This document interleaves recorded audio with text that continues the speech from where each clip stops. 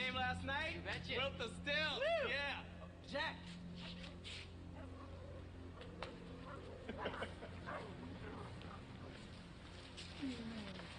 Bella?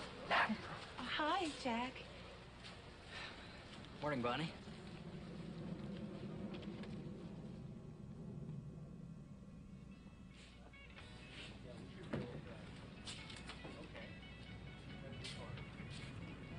Okay.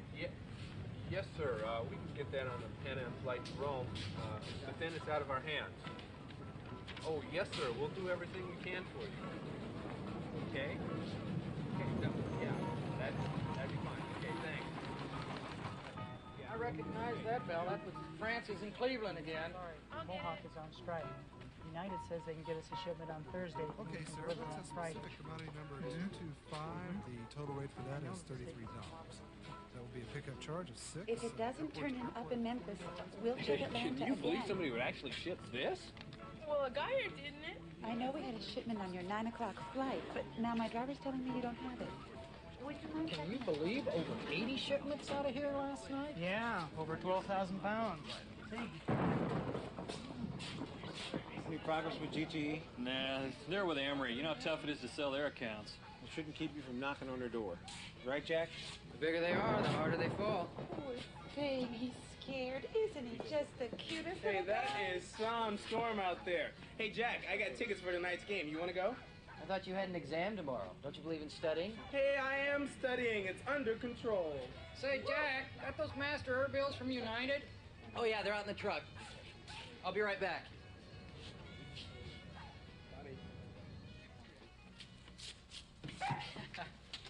Whoa, you got one getting away. Come here, boy. Come here, come here, come on, come on. There you go. What are you trying to do, pal? Get away, huh? Jeez, that one was close. There you go. Thanks. You bet.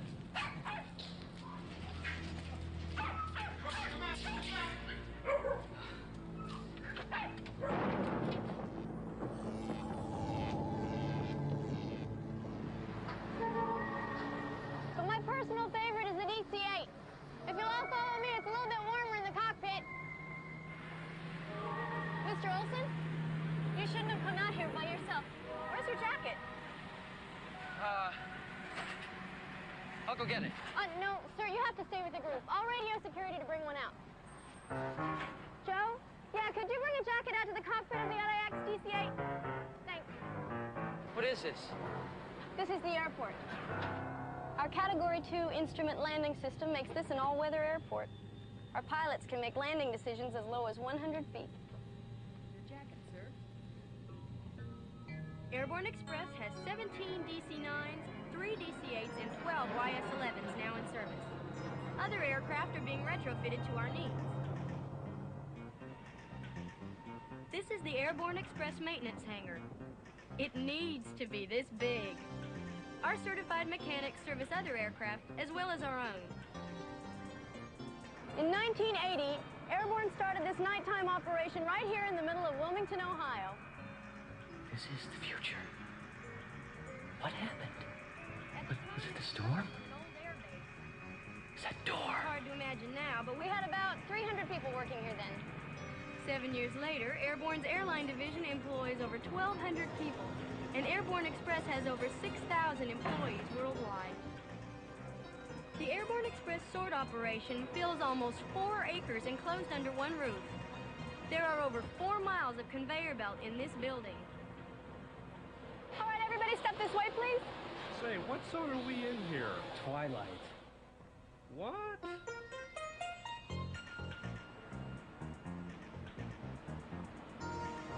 This automatic diverter sorts domestic and international packages.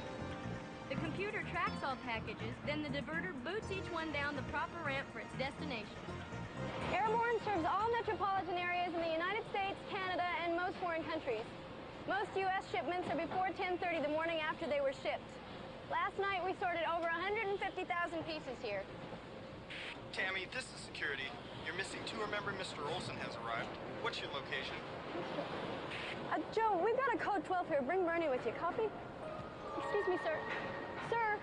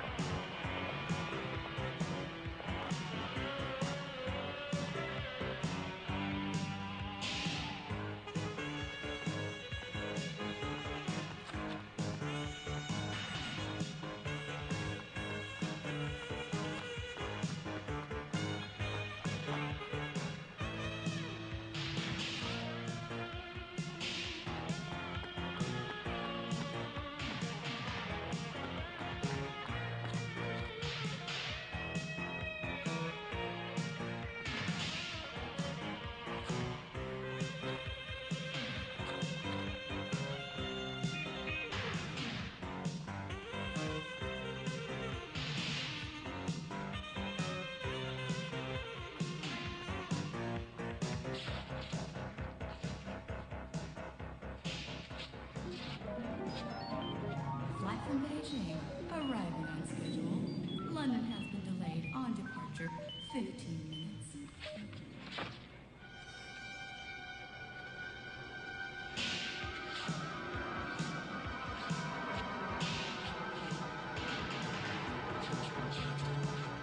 Willie! Jack, hey, I'm glad you're back. Listen, you got time to meet the gentleman from Sony? I'll be right back. Hey, but Willie. Okay. Back at the station. Everything's changed. These little trucks. Women drivers. What happened to Willie's hair?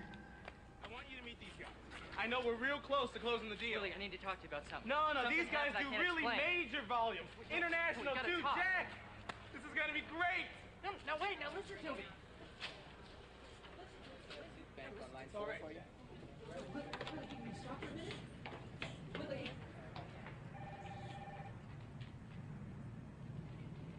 And now is the Lotus shipment to London. May I have your account number, please? Gentlemen, this is Jack Turner, our district operations manager, Mr. Hashigawa, Mr. Satsuma. Hi. Mr. Smith has been explaining to us about your Libra systems and how we can use them in our offices in the United States. But can we use the same system in Japan? Well, the system operates basically the same way overseas, but with different software. Right. Excuse me. Nice meeting you.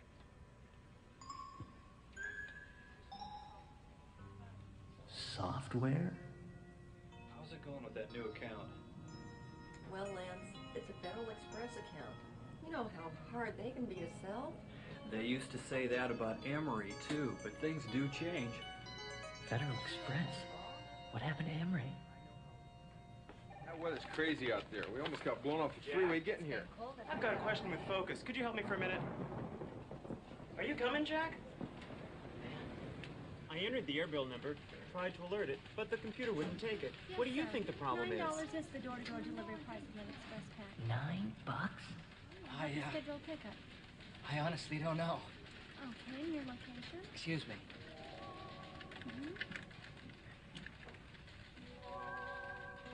I am district operations manager. Coffee. Man, things sure have changed in 19 years. We have really grown. Our own planes. I can't believe the volume out of this office. All the small shipments overnight. They must use computers to track. Far out. Looks like we have over 150 stations. Oh, coffee's the same. Hi, Jack. Bonnie? You sure look good today. That long weekend must have done you some good. What'd you and Peg do? Peg. Bonnie, your 4 o'clock's here. Oops, gotta run. Hey, Jack, did you hear Margie had her baby? A boy. You know, you had that right from the start.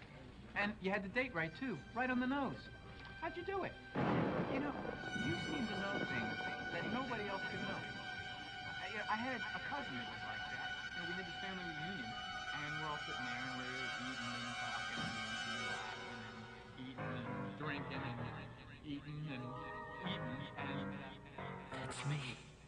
Straight up, in her chair, just like this.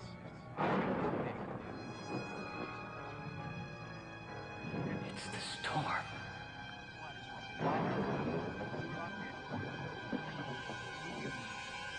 I gotta get out of here. Jack! Jack!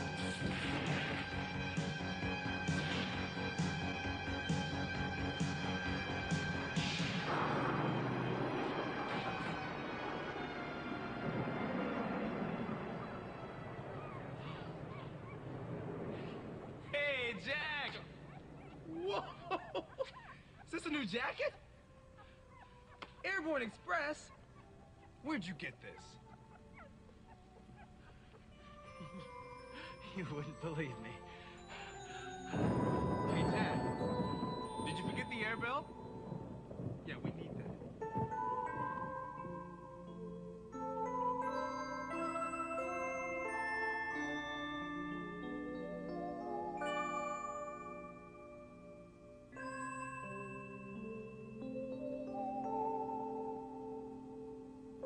You know, that was sort of fun.